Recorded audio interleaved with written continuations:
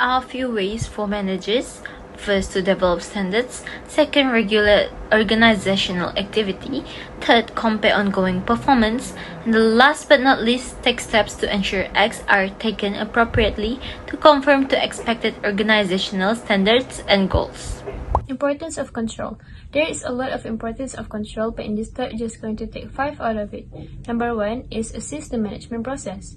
Management is an ongoing process, and controlling activities provide the critical link back to planning, which means the proper control system enables managers to know whether the organizational goals are being met or not. Number 2, deal with change or uncertainty.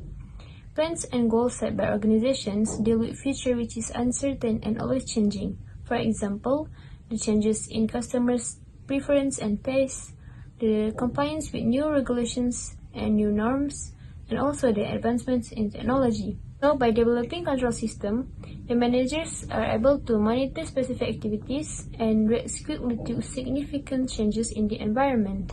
Number 3, deal with complexity. As the organizations grow in size and diversity, they become more complex. So, control is needed to coordinate activities and to accomplish desired results. Number 4, deal with human limitations. Organizations are made up of employees who may make mistakes, such as filling wrong orders, making inaccurate forecasts, and also making wrong decisions. Thus, controlling really helps to spot mistakes. Number 5, help delegation and decentralization to run smoothly. With an effective control system, it can provide information and feedback on the performance of employees to whom managers have delegated authority. Then we are continue with the next topic is process of control. The first process is we need to set performance standard. For example, you can look Shopee company that have one small company at Shopee platform want to join 10/10 sale. Secondly, measure its really performance. What the measure, when to measure, how frequently to measure. Such as we need to prepare unit like arrange, thin and prepare. Then compare actual performance with standard. Okay, at here have two situations. The first one is take no corrective action. We need to settle the things on time, then just go on the measure the process. But if have deviation, we need to take correction action.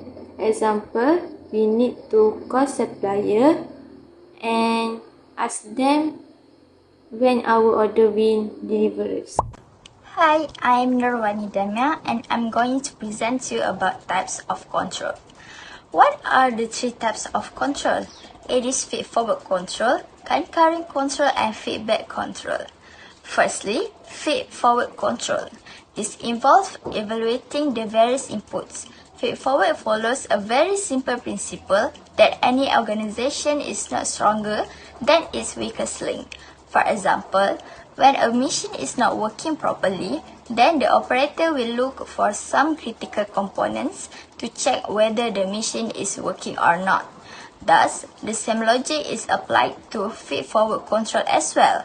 The main example of feed-forward control is a preventive maintenance program.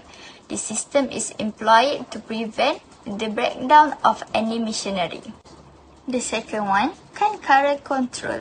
This control can also be referred to as steering or real-time control. Thus, this control is associated with adjusting a performance before any high damage is done. For example, the ship's movement are navigated by a sailor continuously. This is an example of concurrent control. So, this control occurs when the activity is still in the process. The last one, which is the third one, feedback control. In biological and physical systems, sometimes messages are transmitted in the mechanical form of energy. It can also be in the form of mechanical reaction or other forms. While in social systems, some information is sent back in order to exercise the control. Thus, feedback is the process that adjusts future actions based on the information about past performance. Although feedback is done after the process, it is a very important part of the control process. Now I'm going to talk about characteristics of effective control.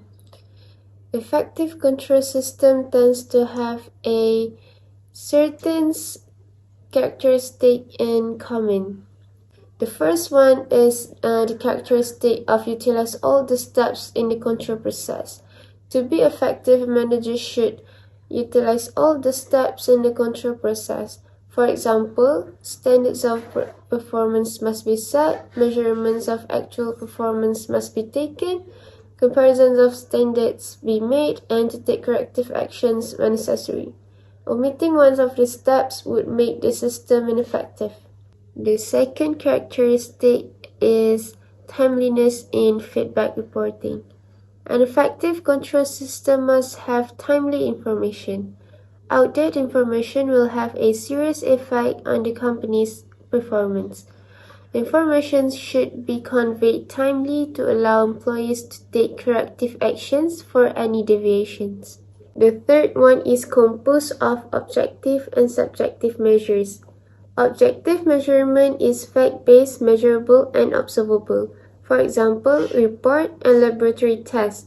Contrary subjective measurement is based on personal opinions, emotions, and judgment. For the control system to be effective, a manager must be able to blend quantitative, which is objective, and qualitative, which is subjective performance measures. For example, evaluations of employees' performance on standards like working hours, productivity, and efficiency, as well as employee self-evaluations.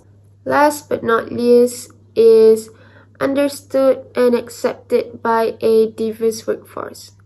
A control mechanism has to be simple enough so that it can be easily understood. Complex instruction and complicated mechanism will only result in frustration and unnecessary mistakes. In addition, a good control system must be understood by a diverse workforce so that they can react effectively to achieve the standard set. The last one is the characteristic number 5, which is related to the organizational strategy. A control system is effective when the activities on control techniques are managed properly in accordance with the organizational strategy and planned goals. The control system must be suitable to the needs of an organization.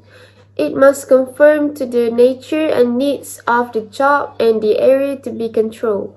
For example, the control system used in the production department will be different from that used in the sales department. The last part for Chapter 7 is barriers of control. What is the reason control cannot be doing in an effective way? There are a lot of barriers. Barriers mean obstacles. Firstly, over-control, limited individuals' job autonomy. When we over-control someone, we determine they to do it A to Z based on us means that they cannot do it freely. The effect is our employees might be stressed and we cannot create new ideas. Secondly, operating delay. In terms of mechanical and technical issues, even sometimes we already set the performance standard, there might be something delayed, not as our expectation. Thirdly, negative attitude. Refer to the employers or employers' human nature. It is because human attitude is not easy to control. Then, one of it is under control and too much accountability, granting a lot of autonomy to individuals. This is the opposite of over-control. Lastly, gameplay. Manipulating resource usage.